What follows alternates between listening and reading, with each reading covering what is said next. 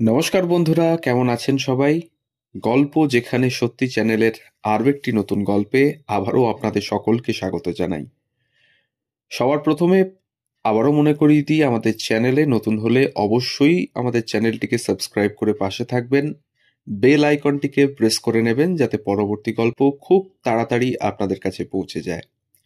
আমাদের গল্প পোস্ট করার সময় প্রতিদিন ঠিক সকাল 9টা থেকে 9টা 30 মিনিট। ইতিমধ্যেই আরও নতুন কিছু সাবস্ক্রাইবার, নতুন বন্ধু আমাদের সাথে যুক্ত হয়েছেন। তাদেরকে আমাদের চ্যানেলের তরফ থেকে অসংখ্য ধন্যবাদ, কৃতজ্ঞতা জানাই। এখন কালী পুজো, দীপাবলি অনুষ্ঠান চলছে। ইতিমধ্যেই আমরা বেশ কয়েকটি কালী পুজো রিলেটেড গল্প বা দীপাবলি, ধনতেরাস রিলেটেড গল্প আমাদের চ্যানেল থেকে ছেড়েছি। যদি আপনারা দেখতে চান, আমাদের ডেসক্রিপশন বক্সে তার লিঙ্কগুলো দেওয়া থাকবে, আপনারা দেখে নিতে পারেন। আজও থাকছে কালী পুজো রিলেটেড আরেকটি অজানা গল্প। কালী পুজো মানেই আতশবাজি, আর আতশবাজি মানেই আমাদের ছোটবেলা থেকে আজ পর্যন্ত ভরসা একজনই, তিনি হলেন আর কেউ নন, বুড়িমা। হ্যাঁ, ঠিক ধরেছেন, বুড়িমার চকলেট বোম। যদিও আজকালকার দিনে পরিবেশ দূষণের মাত্রা বেড়ে যাওয়ার কারণে এবং কুকুর, বিড়াল এবং আরও নানান রকম নিরীহ পশু পাখিদের স্বার্থে আতশবাজির প্রচলন অনেকটাই প্রশমিত হয়েছে। এটাই হওয়া উচিত, কিন্তু আমাদের ছোটবেলাটা অনেকটাই কেটেছে বুড়িমার চকলেট বোমের মাধ্যমে।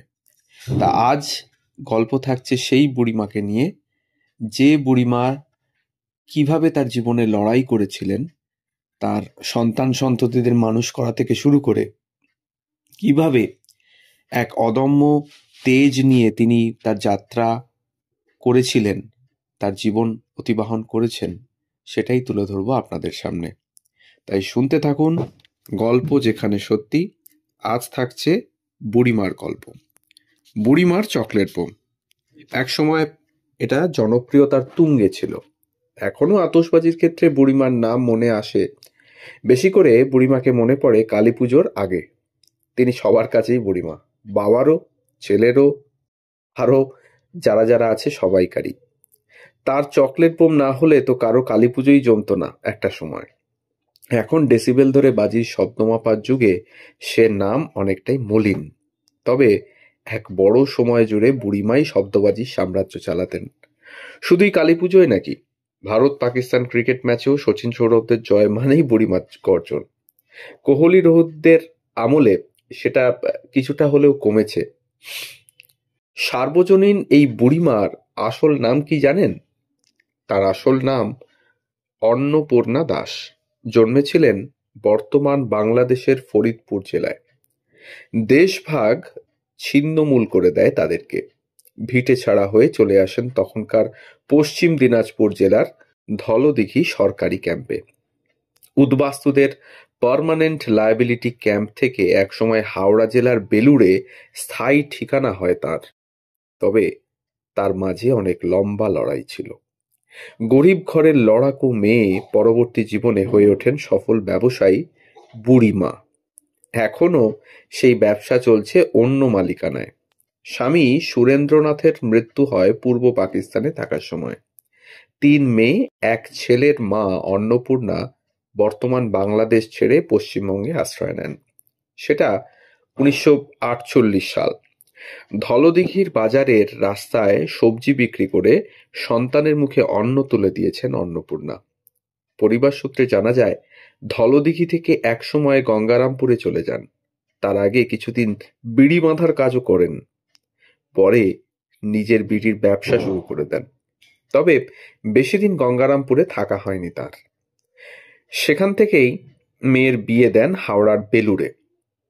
সেই সূত্রে বেলুড়ের পিয়ারীমোহন মুখার্জি স্ট্রিটে একটা দোকান সহ বাড়ি কেনেন।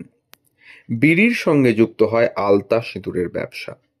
বিশ্বকর্মা পুজোয় ঘুড়ি, দোলে রং, কালী পুজোর বাজি, এমন ছোটখাটো নানা ব্যবসাই শুরু করেন অন্নপূর্ণা। নিজে অবশ্য কিছুই তৈরি করতেন না তখন। অন্যের থেকে কিনে এনে বিক্রিই ছিল ব্যবসা। ততদিনে রীতিমতো বয়স হয়েছে অন্নপূর্ণার, কিন্তু নতুন কিছু করার তাগিদে তরুণদেরও হার মানান এই মহিলা।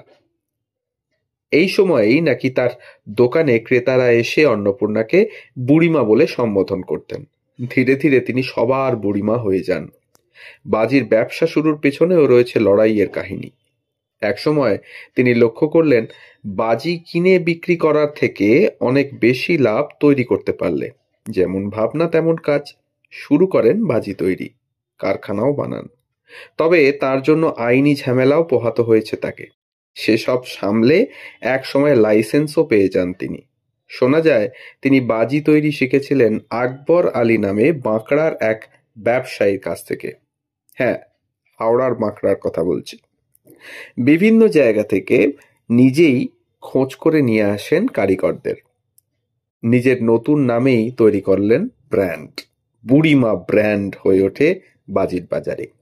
সবচেয়ে বেশি নাম করে বুড়িমার চকলেট বোম। অবশ্যই সবাই জানেন। এখানেই শেষ হয়নি অন্নপূর্ণার সফর। অন্ধ্রপ্রদেশের শিবকাশিতে একটি দেশলাই কারখানাও তৈরি করেন তিনি। ডানকুনিতে চলতে থাকে তার বাজির কারখানা, আর শিবকাশিতে দেশলাই কারখানা।